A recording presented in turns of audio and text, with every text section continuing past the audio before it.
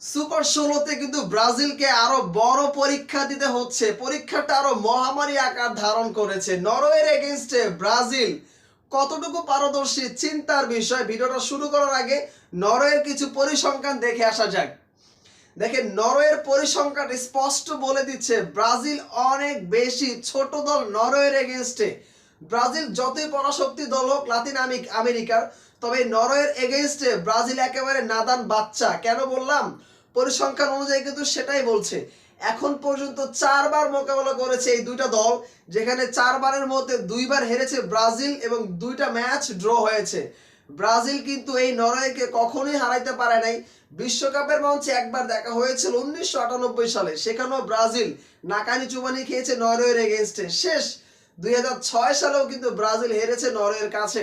Ultimately বোঝা যাচ্ছে নরওয়েকে আসলে ছোট করে দেখার কিছু নাই। এবং আজকে যারা আইভরি কোস্টকে যেভাবে করে তারা হারিয়েছে, এক কথায় প্রশংসনীয়। যদিও আইভরি কোস্ট কিন্তু অনেক বেশি প্রতিদ্বন্দ্বিতামূলক খেলাটা খেলেছে, তবে আসলে ব্যাড লাক বলতেই হচ্ছে এই জায়গাটাতে। এবং 86 মিনিটের হল্যান্ডের ওই ছোট্ট পাস, মানে জাস্ট পাটাকে পুশ করেছে এবং গোলটা হয়েছে, সেখানে কিন্তু নরওয়ে জয়লাভ করেছে। 2-1-এ টোটালি উড়িয়ে দিয়েছে আইভরি কোস্টকে এবং তারা বিদায় নিল। এবং নরওয়ে কিন্তু সুপার 16তে গিয়েছে, ব্রাজিলের মোকাবেলা করবে 6 জুলাই রাত 2টা বাজে। সো ব্রাজিল এবং নরওয়ের ম্যাচটা কিন্তু অনেক বেশি শক্তপোক্ত হতে যাচ্ছে। এবং এই জায়গাটাতে আসলে ব্রাজিল ঠিক কিভাবে করে তাদেরকে মোকাবেলা করবে, এটা কিন্তু একটা চিন্তার বিষয়। নরওয়ে যদি আরো কিছু পরিসংখ্যান আপনাদেরকে দেখাই, দেখেন নরওয়ে শুধু যে ব্রাজিল তাদের সাথে জিততে পারে না, ব্যাপারটা কিন্তু এরকম না। আপনারা যে আর্জেন্টিনাকে নিয়ে অনেক বেশি মাতামাতি করছেন, এই আর্জেন্টিনাও নরওয়ের এগেইনস্টে আজ পর্যন্ত ম্যাচ জিততে পারে নাই। চিন্তা করে দেখেন তাহলে নরওয়ে আসলে কতটুকু শক্তিশালী একটা দল। আর্জেন্টিনা 2বার মোকাবেলা করেছিল নরওয়ের বিপক্ষে এবং 2বারই তারা হোঁচট খেয়েছে। যদিও বিশ্বকাপের মঞ্চে কখনোই নরওয়ের সাথে আর্জেন্টিনার মোকাবেলা হয়নি। 2টা প্রীতি ম্যাচ ছিল, 2টা প্রীতি ম্যাচেই কিন্তু নরওয়ে টোটালি উড়িয়ে দিয়েছে আর্জেন্টিনাকে। সেই আর্জেন্টিনা এবং সেই নরওয়ে কিন্তু আসলে ব্রাজিলের প্রতিপক্ষ সুপার 16তে। এছাড়াও গ্রুপ পর্বে নরওয়ে কিন্তু ইরাক বলেন, সেনেগাল বলেন, তাদেরকে খুব ভালোভাবেই ধসিয়ে দিয়েছে। এই নরওয়েকে আসলে ছোট করে দেখার কিছু নাই, যেখানে আসলে বিশ্বমানের হল্যান্ড তিনি আছেন এবং এই বিশ্বকাপের মঞ্চে এখন পর্যন্ত 5টা গোল করেছেন তিনি। সো তাকে আসলে টেকেল দেওয়াটা ব্রাজিলের জন্য আমার কাছে মনে হয় বড় একটা পরীক্ষা হতে যাচ্ছে।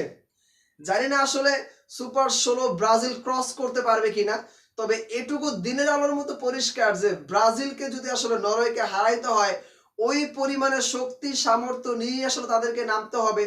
যদিও আসলে কার্লো আনচেত্তি তিনি কিন্তু মাস্টার মাইন্ড প্ল্যান হয়তো আগে থেকে করে রেখেছে যে কিভাবে করে নরওয়েকে রুখে দেওয়া যায়, তবে জাপানের থেকে যে নরওয়ে আরো বেশি ভয়ানক হতে যাচ্ছে এইটা ঠিকঠাক মতে জানা আছে সেলেসাওদের। তাদের আসলে তারা অলরেডি এই ব্যাপারটা বুঝে গেছে। সো দেখা যাক ব্রাজিল আসলে নরওয়েকে কিভাবে করে মোকাবেলা করে। এবং আজকের ম্যাচের যে প্রতিদ্বন্দ্বী হয়েছে সত্যি এক কথায় অসাধারণ। যদিও আইভরি কোস্টকে চাচ্ছিলাম ব্রাজিলের এগেইনস্টে আনার জন্য, কারণ দুর্ভাগ্য আসলে সেটা হয়ে ওঠে নাই।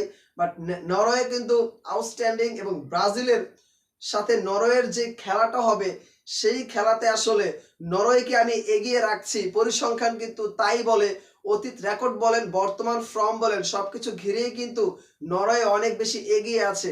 তারপরও ব্রাজিল বিশ্ব পরাশক্তি একটা দল, লাতিন আমেরিকার শ্রেষ্ঠ একটা দল। সো এইখানে ব্রাজিলকে ছোট করে দেখার কিছু নাই। তবে ব্রাজিল সাম্প্রতিক সময় যে খেলাটা তারা দিচ্ছে একটু ভয়ই লাগছে, কারণ জাপানের এগেইনস্টে তারা যেভাবে করে খেলেছে সেই খেলাটাই যদি নরওয়ের এগেইনস্টে আসে, আমার কাছে মনে হয় একটা ঝামেলা পাকাই যাবে। সো দেখা যাক ব্রাজিল আসলে ঠিক কতটুকু স্বাচ্ছন্দ্য বোধ করে খেলতে পারে নরওয়ের এগেইনস্টে। নরওয়ে নাকি ব্রাজিল, কমেন্ট বক্সে জানাই যাবেন। ধন্যবাদ সবাইকে। আসসালামু আলাইকুম।